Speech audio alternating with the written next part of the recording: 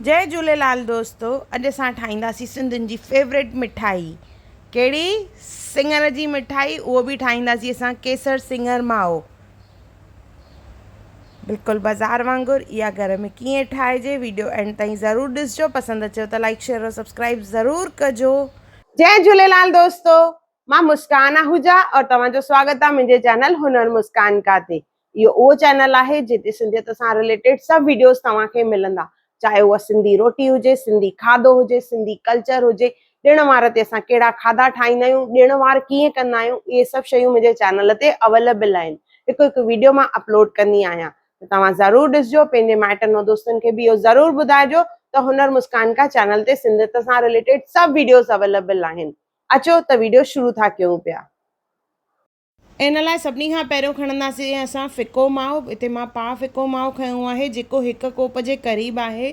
ओतिरो ई असां खीर खणंदासीं, हिकु कोप, जेको 200 ml जे क़रीब आहे। माओ 250 ग्राम और जेको खीर आहे उहो 200 ml। और उन सां गॾु खणंदासीं असां खंडु, जेका लॻभॻि 200 ग्राम्स आहे। हिकु कोप साॻियो ई कोप जो इस्तेमालु कंदासीं। टिनी जी क्वांटिटी सेम खणणी आहे। मेजरिंग कप में जेको वॾो कप हूंदो आहे 200 ml वारो, उन जो इस्तेमालु कयो आहे मां। इन में विझंदासीं असां केसर, चङी तरह मिक्स कंदासीं इन खे।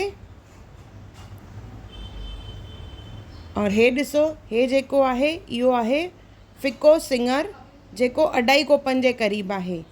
हिकु कोप खीर, हिकु कोप खंडु, हिकु कोप माओ ऐं 2.5 कोप फिको सिङर खणणो आहे। इहो मार्केट में तव्हांखे ईज़ीली मिली वेंदो। अगरि नथो मिले त हिकु वीडियो में मां इहो ॾेखारियो आहे घर में कीअं ठाहिजे, त उहो वीडियो ज़रूरु ॾिसिजो। खीर खे असां बॉइल करण लाइ रखंदासीं ऐं उन में विझंदासीं असां इलायची पाउडर, नंढनि फोटनि जो पाउडर विझंदासीं। अगरि उहो पाउडर न हुजे त जेका इलायची आहे असां उनखे कुटे करे विझंदासीं। इन में विझंदासीं हिकु चमिचो घी। इन खे चङी तरह मिक्स कंदासीं ऐं बॉइल कंदासीं। जीअं असां चाशनी ठाहींदा आहियूं तीअं असांखे टकाए करे खीर जी चाशनी ठाहिणी आहे। जीअं इहो घाटो थी वेंदो, थोरो थोरो चिपचिपो लॻंदो। उन खां पोइ असां हिन में माओ विझंदासीं। जेको फिको माओ असां खयों हुयोसीं उहो 250 ग्राम आहे, यानी हिकु कोप।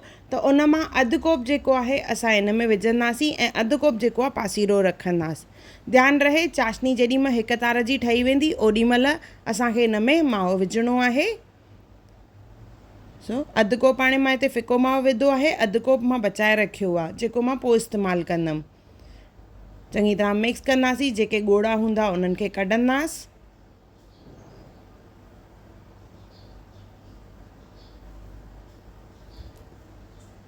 उन खां पोइ जेको असां फिको सिङर रखियो होसीं 2.5 कोप आहे, उहो सॼो विझंदासीं। और बचियल फिको माओ बि हाणे विझंदासीं हिन में, अधु कोप जेको बचियो। इन खे चङी तरह मिक्स कंदासीं।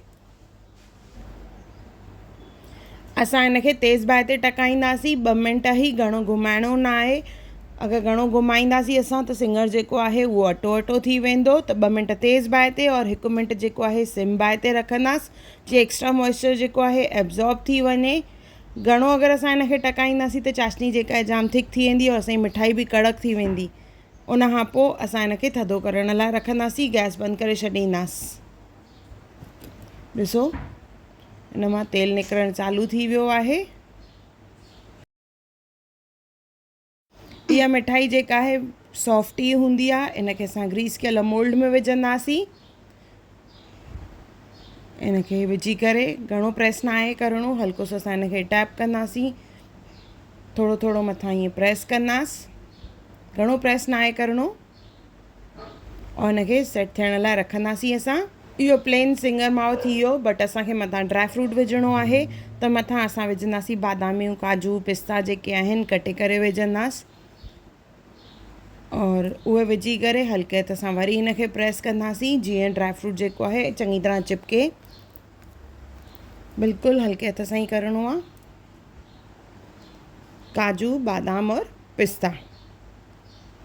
और इन खां पोइ हल्को सो प्रेस कंदासीं। 1.5 कलाक असां हिन खे रखंदासीं सेट थियण जे लाइ। उन खां पोइ हिन में असां पीसिस कट कंदासीं। इहा असांजी सिङर माओ तयारु थी वई आहे। ॾाढी टेस्टी ठहंदी और बिल्कुलु बाज़ार वांगुरु ठहंदी इहा केसर सिङर माओ। ॾिसो जी मां ॿुधायोमांव इहा मिठाई जेका आहे काफ़ी सॉफ्ट हूंदी आहे पर खाइण में ओतिरी ई टेस्टी। सिंधियुनि जी फेवरेट सिङर जी मिठाई पर इहा आहे केसर सिङर माओ। हिकु दफ़ो ज़रूरु ठाहिजो, मूंखे कमेंट सेक्शन में ज़रूरु ॿुधाइजो त तव्हांखे मुंहिंजो वीडियो कीअं लॻो। अगरि तव्हांखे मुंहिंजी वीडियो पसंदि आई हुजे त उनखे लाइक कजो, शेयर कजो ऐं सब्सक्राइब कजो और मुंहिंजी ईंदड़ वीडियोस खे ॾिसण जे लाइ बेल आइकॉन ज़रूरु क्लिक कजो। फेसबुक और इंस्टाग्राम ते मूंखे ज़रूरु फॉलो कजो और मुंहिंजो वीडियो ॾिसण लाइ धन्यवाद। जय झूलेलाल।